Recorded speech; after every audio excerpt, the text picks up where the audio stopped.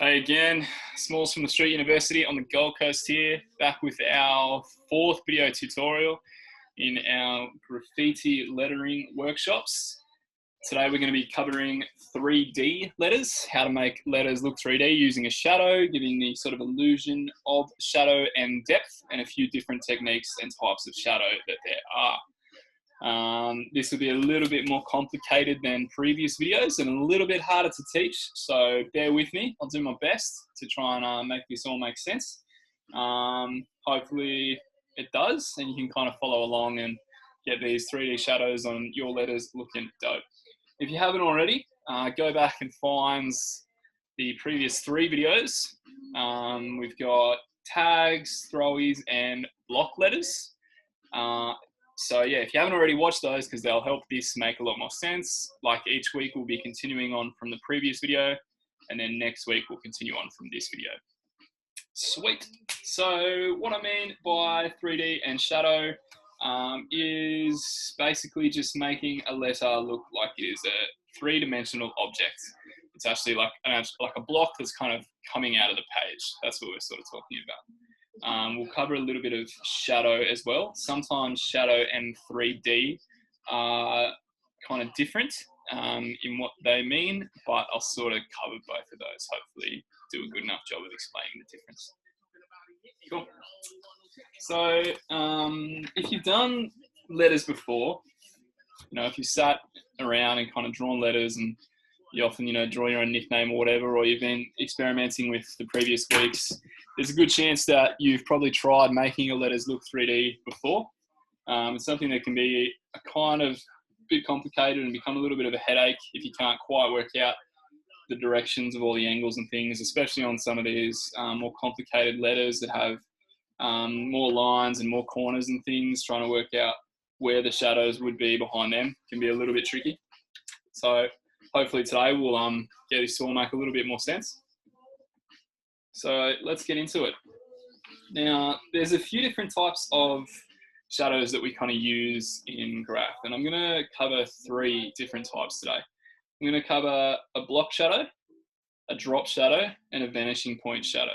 And I'll go through each of those individually, and I'll describe what the difference is. I'll explain kind of the different effects that they give visually. And then hopefully you'll have a good hang of all those 3, and you'll be able to kind of decide here and there which one you want to use on whatever lettering you're doing.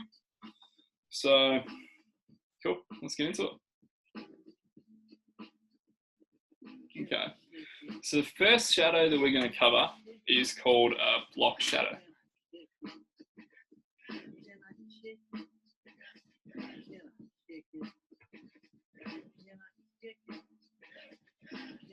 Okay, so I'm going to use a couple squares to explain what I mean. All right, got my nice square there. Now, a block shadow is basically making something look like a 3-dimensional object. So turning this square into a cube. It's not actually that it's casting a shadow, it's that it is actually a 3-dimensional object that is sitting on top of the page, and you can actually look at it on a slight angle and see those other sides to it. So something that you've probably seen before, how to turn a square into a cube, is when you actually do a second square and then join the corners. And that creates a cube. It's probably something you've seen before. It's pretty common sort of art lesson or technique on making something look 3D. So you can see how instantly that has taken that square and turned it into a 3-dimensional cube that actually has depth to it. And it's a little bit of an illusion, because you can kind of look at it 2 ways. You can look like that's the face of the square there and the rest is coming behind, or you can look at it as if that's the face there and it's actually facing up a little bit.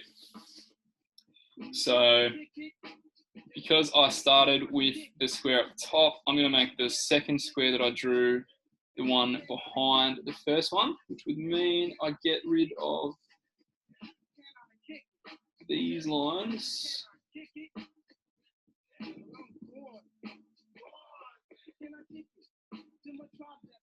And that gives us our cube. And if I get rid of these, it makes these sides look like they're solid, so you can't actually see through it.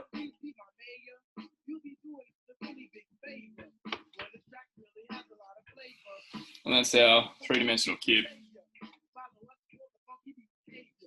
And that's the face of it. Okay, so that's what we're talking about, block shadow. A block shadow is like, it's a three-dimensional solid object. So one of the techniques we use for a block shadow, in fact, for all of these shadows, will be to try and decide on a light source.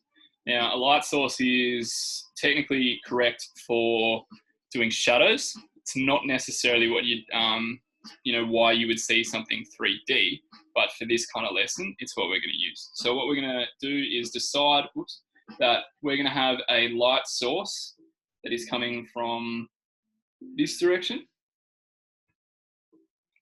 So imagine that's the sun or a torch or just something that's kind of shining a light on our letter or on our object. Now you can see that with this square, these lines are following that same direction of our light source.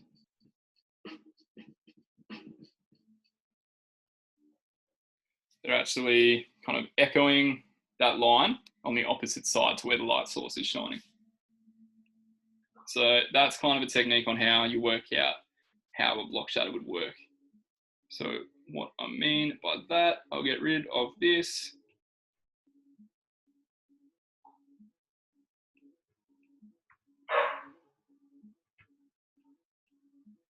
So I'll just draw up another square.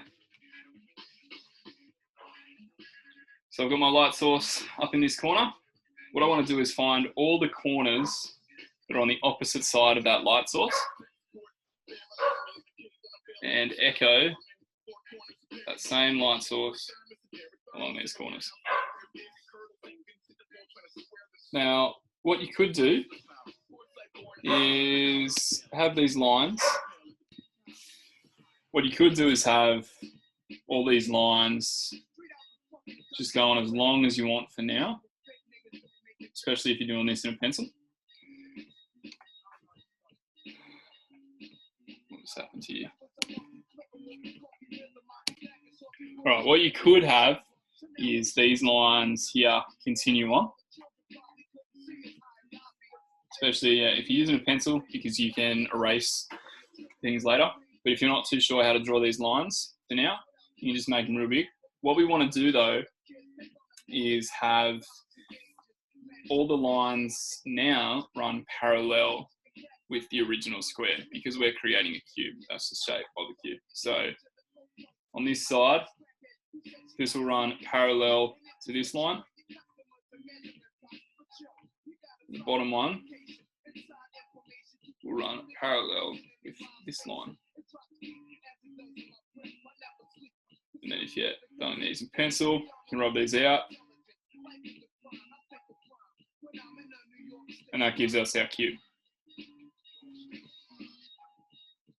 So if our light source was coming this way, for example, same rules, we have our cube, our square, and then all the corners that are on the opposite sides to that light source would echo the direction of the light, and these would run parallel with the original square. And that's the face of our cube.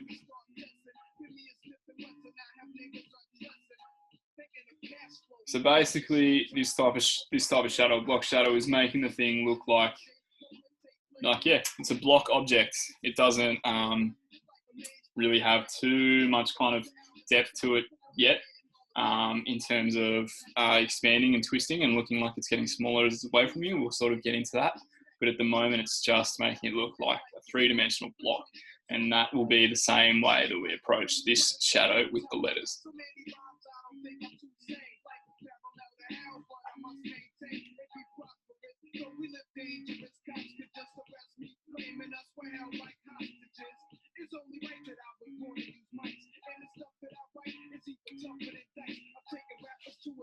So let's do the letter T for now. We're going to use a block letter T, similar from our block letter workshop tutorial last week. That's a bit cooked. Bring that out. All right, sweet. So there's our T. Now, light source is coming from this side. So again, all the opposite corners that are not facing that light source are going to echo that direction of the light. So this one here and that. So you won't do this one here because then that would be inside the letter. So you won't see that obviously because the face of the letter is covering it. And then again, we will we'll match all these lines up, running parallel to the original letter.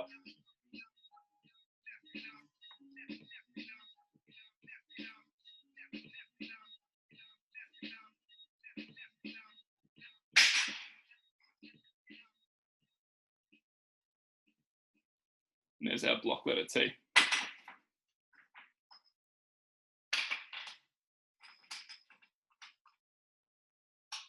And that's obviously the face of the T. So you can see that it's kind of looking like it's going that direction, and you're sort of seeing the other sides to it. Now I chose the T for that example because it's a fairly straightforward letter. It's all pretty much straight lines, nice neat corners. It gets a little bit trickier if you're doing a letter like an S, for example, so we'll do one of those.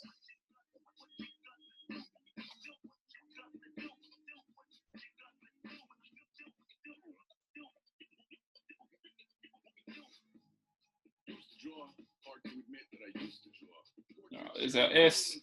Again, we'll have the light source coming from the same direction.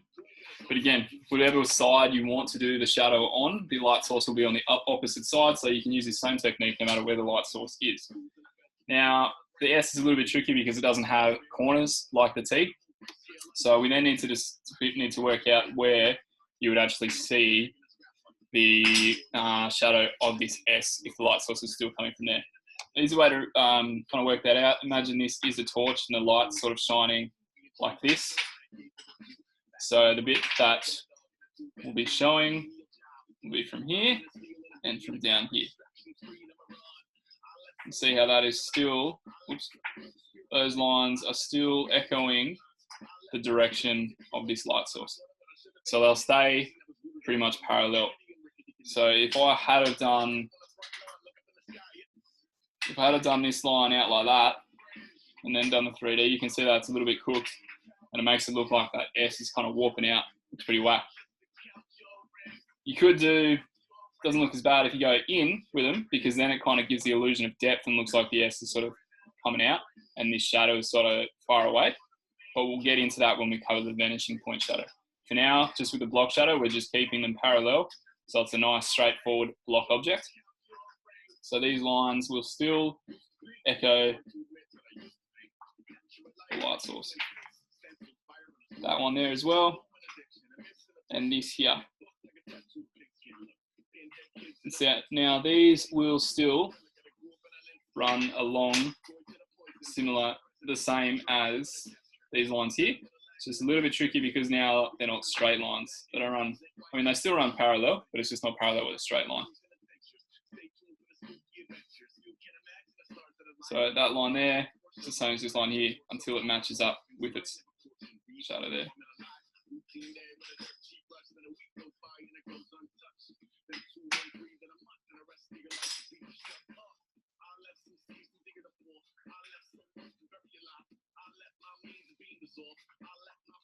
That's our 3D S. So it's really easy doing letters like this to forget some sections.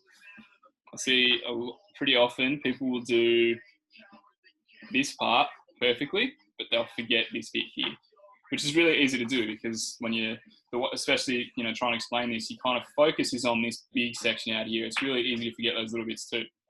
But most letters will have those kind of extra little bits as well. So if we did like an E, for example,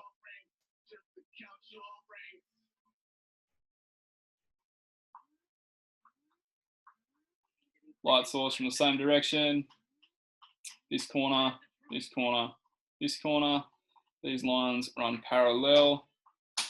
So it's pretty easy to think that you've done it there and you finish that letter, but this is empty, which that corner would hit like that, and this would hit there as well. And that makes that look more like a block, because before, without those, it kind of doesn't really make sense. This back bit's 3D, but the rest of the letter isn't. Now you notice too that you want them all heading the same direction. It doesn't. This is with shadows. With the previous week's tutorials, you know, doing letters and stuff, I've kind of been saying over and over again that there's no rules to it. You can kind of really make up how you want the letters to look, and you can. There's no rules. It's kind of your own expression. But with shadow and 3D, there is a bit of there's kind of rules to it. There's sort of technical side to the correct way that something would look if it was 3D. So you can't really have this side going out here and then this side going out here, unless you want it to look like some, I don't even know. It just doesn't make sense.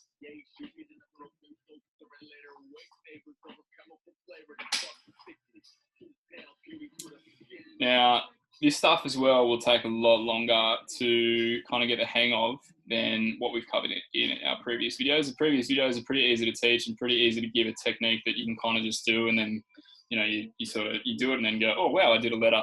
This is a little bit more technical. It can take a little bit longer to get the hang of. So be kind to yourself, take your time to practice. Don't expect to be a master at it straight away. I'm still not, after like 13 years or whatever I've been doing this for. But eventually the block shadow is something that will turn into looking like this. That's an example of a block shadow. What we covered last week on the blocks make it quite easy with all those corners and straight lines. But that is a kind of shadow where it looks like it's a three-dimensional object. Sweet. So now we are going to cover a drop shadow.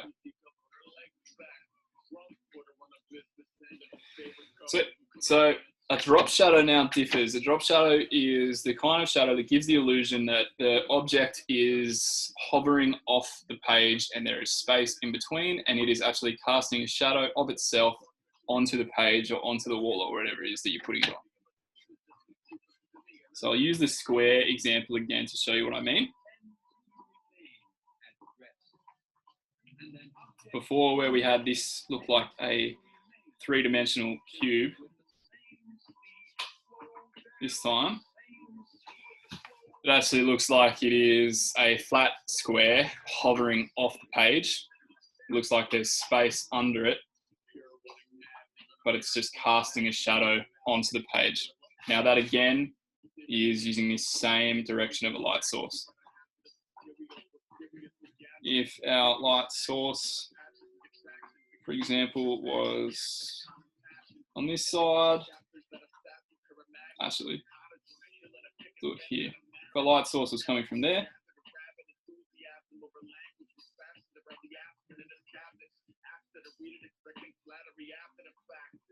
and the shadow would be there.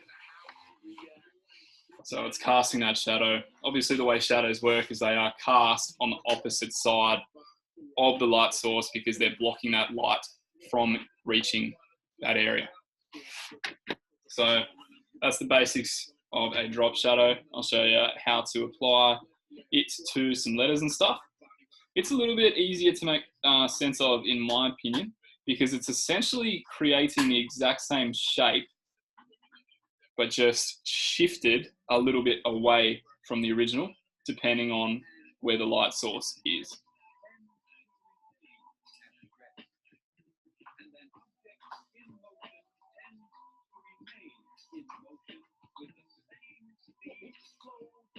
So let's this time do a bubble letter S.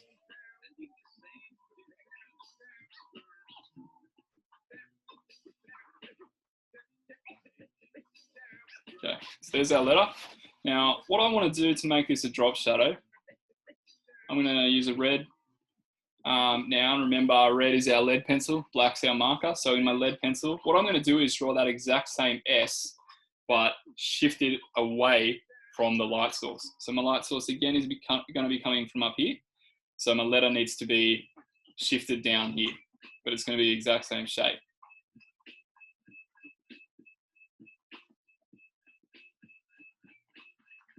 Now I know that just looks like the biggest headache in the world with all those lines going on, but it'll hopefully start to make sense soon.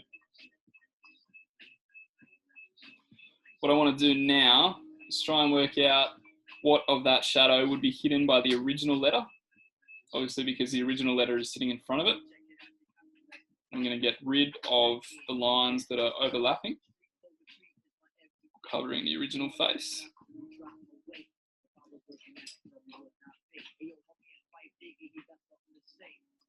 Now I can sort of fill these in. If it wants to work for me, come on. Yeah.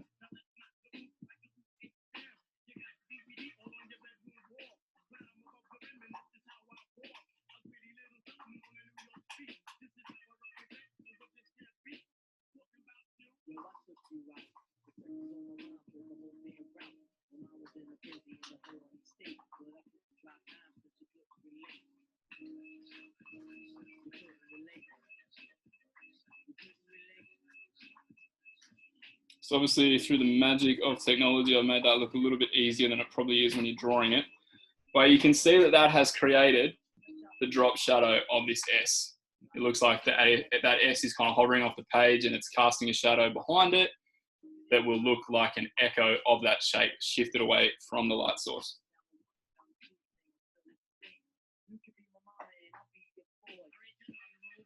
So it's the same as what I did with the cube, just with a much more complicated shape. Do a circle, kind of show you how it would work with that as well. So just got my circle here, get that out of the way. Light source is coming from, get out of here. Light source is coming from this direction. So that means it will be the exact same shape echoed away from the light source. Just like that. Fill this in. Get rid of the lines that are on top of the face. There we go.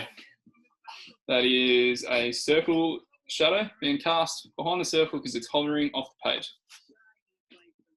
All right, let's do it with another letter. Maybe I'll do a block letter A.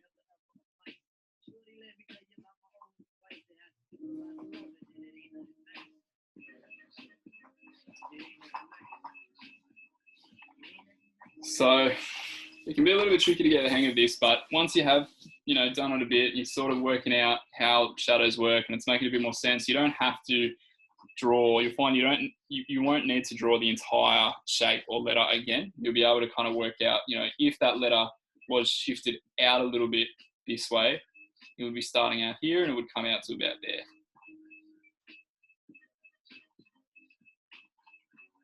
You're essentially just drawing the same thing again, but you're working out where the face of the letter there is covering the shadow.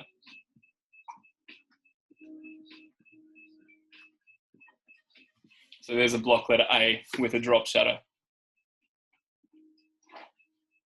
Sweet. Cool. So that's the basic rules of a drop shadow. When put together, this is what they will look like. You can see that on the throwy piece. It sort of looks like that shadow shifted. It looks like the word throws is off the page a little bit and the shadow is sort of being cast onto the page with a bit of space in between. So obviously what we were doing there was just individual letters, individual shapes, whereas this is doing it using that technique on a whole piece, which does get a little bit tricky. We'll get into that at the end. But the same rules will apply, and it's something that you will just pick up over time, over practice, over mentally working out the rules around shadows, how they work. Then you'll be able to sort of work out, with any shape, what kind of shadow it's going to cast and how that's going to work. Sweet. So now we'll get into our third and final shadow for lettering, and that will be a vanish or vanishing point shadow. Sweet. So a vanishing point shadow is a little bit more artsy. It's a little bit harder to teach, so bear with me. I'll do my best. This is something that potentially if you've done art at school, you've sort of learned a little bit about. This is kind of getting into like the real technical rules of shadows and how they actually work. So this is looking at where when you have we'll stick to lettering for this rather than going a little bit too artsy with it. We'll keep it relevant because otherwise it's just going to get way too confusing for me to even try and teach. But we'll look at letters. So what we want to do, what letters should we do? Let's do the letter F. Why not?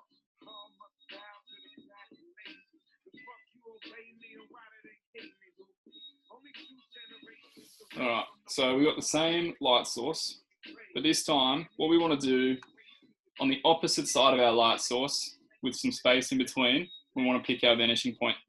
And my vanishing point is going to be right here. So what this means is our light source is going to be cast on this side of the letter. So this is going to be the shadow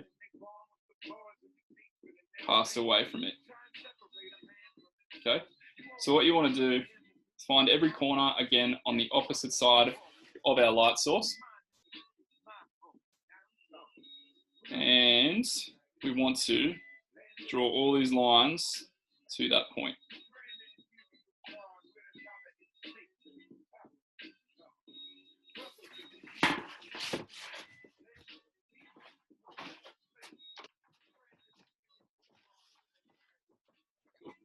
So you'll see that this line here and this line there don't actually continue all the way to the point, because obviously then they would be covering over the face of the letter. So you know just to stop them when they get to the actual face of the letter. Cool. So all those lines otherwise are heading to our vanishing point. We then want to apply the same rule as our block shadow, where we pick a point and run these lines parallel to the original letter.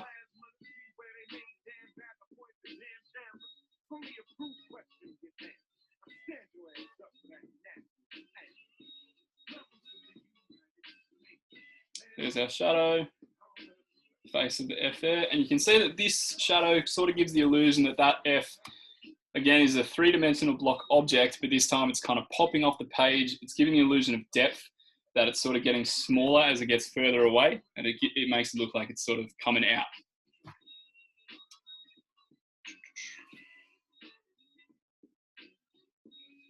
So, a vanishing point, shadow,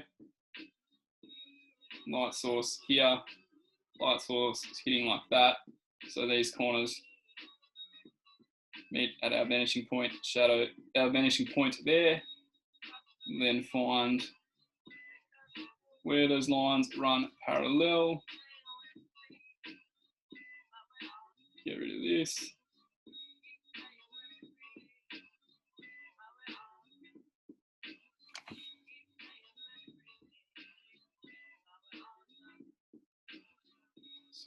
So then that will look like this cube is actually kind of coming out of the page at you a bit. Now you can kind of make that shadow as long or as short as you want, depending on how deep you want that object looking.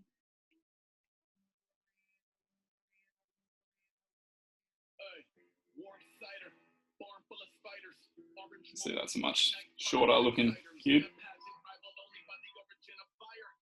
So let's do circle with it.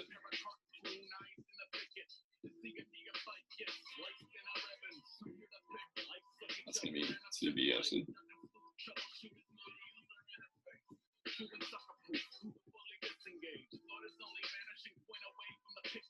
Shadow's coming from here, vanishing point will be here. Or if the shadow, so the light source is coming from here, vanishing point would be there.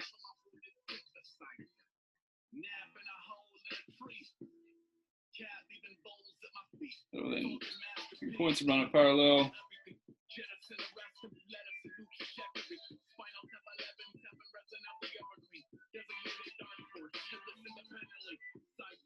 It gives this sort of a three-dimensional cylinder.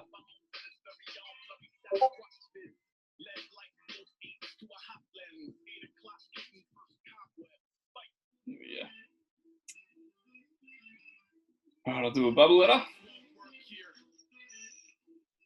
Do bubble letter E. Light source here. So our vanishing point's going to be here.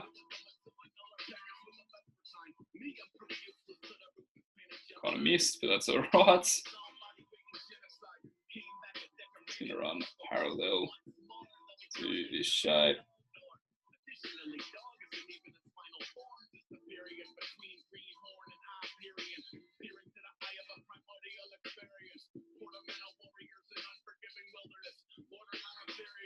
There's a 3D bubble letter E, vanishing point shadow. Sweet. This is probably one of my favorite shadows to do with letters.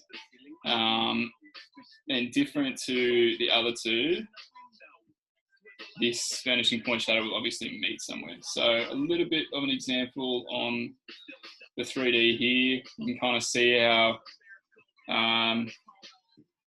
that kind of gives the illusion that that 3D, those letters are popping out a little bit. The shadow's kind of behind them. It's coming to sort of meet at a point in the middle. So when you're using this on letters, if you are doing it on an actual piece,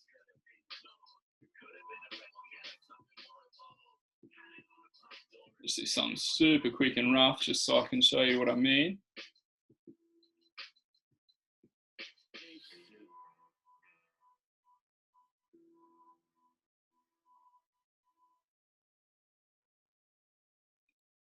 So this way, what can look cool is if you can have, again, you can have your light source coming from anywhere, but let's say it's coming from on top.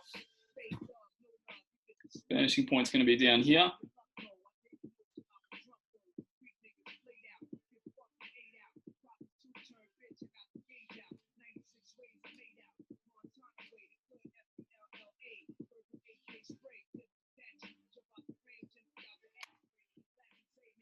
Come through.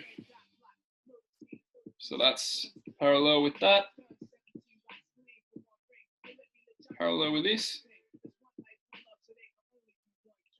And so on.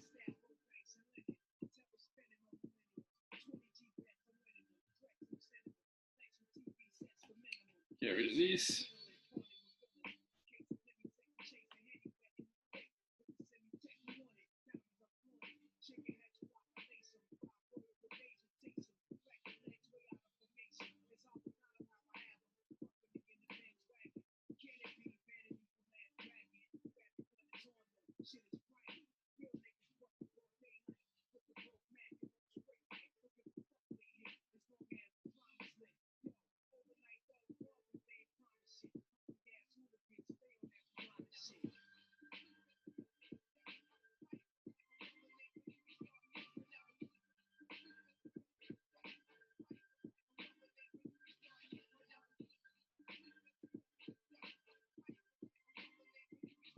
And there's a vanishing point shadow on an actual piece or throwy, just to kind of show you how it works when it's like a whole bunch of letters together. You approach the whole thing as kind of one shape rather than letters individually, because the whole thing will kind of cast its own shadow. So basically, and that's the same no matter what type of shadow you're doing, whether you're doing a block or a drop or a vanishing point, you kind of approach the whole thing as one big shape rather than individual letters. But it's a bit easier to practice first with individual letters. So you can just kind of get the hang of the rules of shadows, how they work, how to figure them out on a smaller shape, and then apply that to the bigger shapes of words or throwies or bubbles or whatever. You can see that already just makes that look a lot cooler than just those letters on its own. So shadow, although technical, is a big piece in terms of graffiti, a big part of making those letters stylized. It's something, yeah, pretty simple that can really just make them look a lot cooler, a lot funkier. So have a play around with those shadows. See which ones you are getting the hang of. which ones you like the most. If you're struggling with any at all, feel free to get in touch with me on the Writer's Bench channel, and I'll see if I can do my best to explain anything a bit better than what I have now. Take you through one last little trick to shadows. Now this technique more applies when you're doing like characters, but you can do it with letters as well. You can do it with pieces. I've actually done one. You can see on this here how I've done that little shadow down the bottom there to make it look like the word's actually hovering off the page. So that can look good when you're doing characters. So let me show you what I mean. So we've got this circle here. Actually, what I'm going to do, I'm going to get rid of that one. I'm going to do 2, not the 3. All right, got one circle here, one circle there, one circle here. So if I do a shadow like this, it's probably a bit too wide.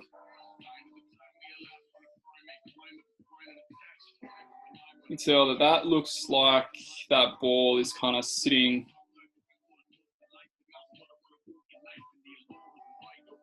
on the page. Kind of cooked it a little bit.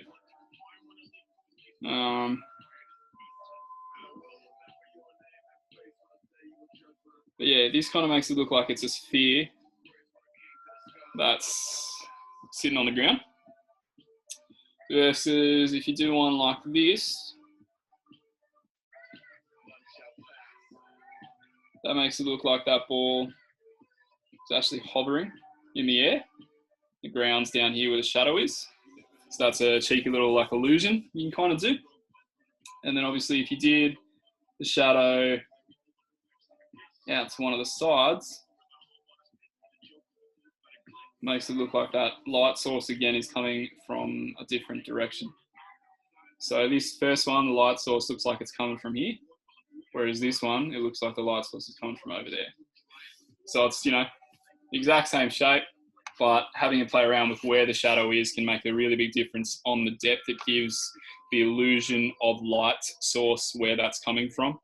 You could obviously play around with, you know, the shadow, like, you know, if you wanted something to look really like it was just a little bit off the ground, you'd have a smaller gap in between the ball and the shadow. But if you wanted to make it look like it was hovering really high, you have a bigger gap in between the two. Come on, iPad. There you go. So that makes it look like it's hovering a little bit higher off the ground. And again, that's got a light source coming from up here. Sweet. All right, hopefully that has made some sense. If it's made any sense, then I'll be happy. Keep an eye out for next week's video, where I will be covering probably WildStar letters. I think we're up to doing, yeah, WildStar letters, which will be sick. And that will really incorporate, man, doing this while I'm trying to talk is crazy. The next and final video will really make a lot of the videos make sense. Sweet. All right, I'm out.